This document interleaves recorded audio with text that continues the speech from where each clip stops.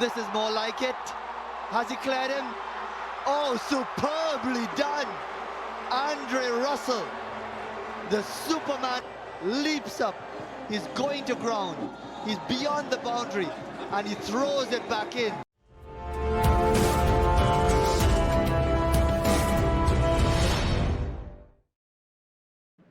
I mean, that was just an unreal effort. Now, I'll come to you first, Danny. During the Hero CPL, we've seen you with pom-poms on the boundary. We've seen you adorn, a beard. We've seen you lie and give us very intriguing, when I say lie, I mean, lie on the pitch and give us intriguing pitch reports. We've also seen you in your career taking hat tricks and bowling menacingly. But can you fly like that? That's the critical question we're going to ask you.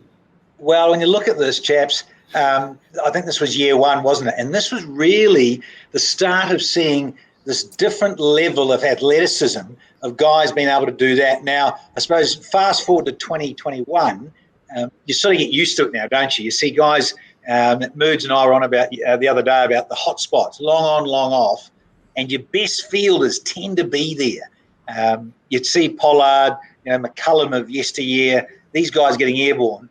But when I look at Andre Russell, Fabian Allen there, I recall, in Florida back, I think, in 2017, pulling these sort of, and if you like, they're match-saving, match-winning moments, because if they'd have gone for six, it can change the complexion of the contest. So, I know Moods and I, when we've been commentating in the box together, absolutely breathtaking and, gobsmacking, really, that these guys can do this in this 21st century, because Moods and I couldn't. Moods would be there. He wouldn't need a step ladder. Moods would just put his arm up and go, too easy. Whereas us midgets, we'd need to try and put a cape on.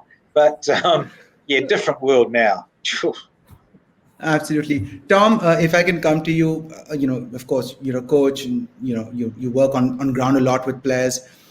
We've seen and we know relay catches, of course, but a block like that, I mean, that's almost a, goalkeeper-esque in football. So, do players actually practice outrageous occurrences and potential situations like this? Yeah, they do, and they have a lot of fun doing it. It's something they really enjoy. And the simple fact is, in T20 cricket, it's those very fine margins are critical when it comes to winning and losing games. Obviously, the shorter the game, the more those little 1%ers count for a hell of a lot. So, it is something that's practiced and it's something that's enjoyed. The players do enjoy doing it. And it's a case of being, I suppose, fearless to a certain extent on that boundary, trusting that you're not going to go crashing into any advertising boardings or anything like that, getting up and just trying to make those saves. If anything, we've seen saves like that, not only a sixes saved, but the flick back in has been passed on to another fielder that's running by in anticipation. So it is something that we see. It's quite common, but it's still, every time we see it, it blows us away. Yeah, no doubt about that.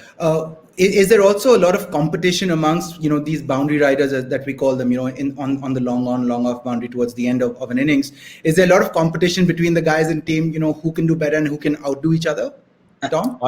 I think it's pretty clear to the coaches and the captain to who operates those hotspots. And generally the mid-off, mid-on are critical positions.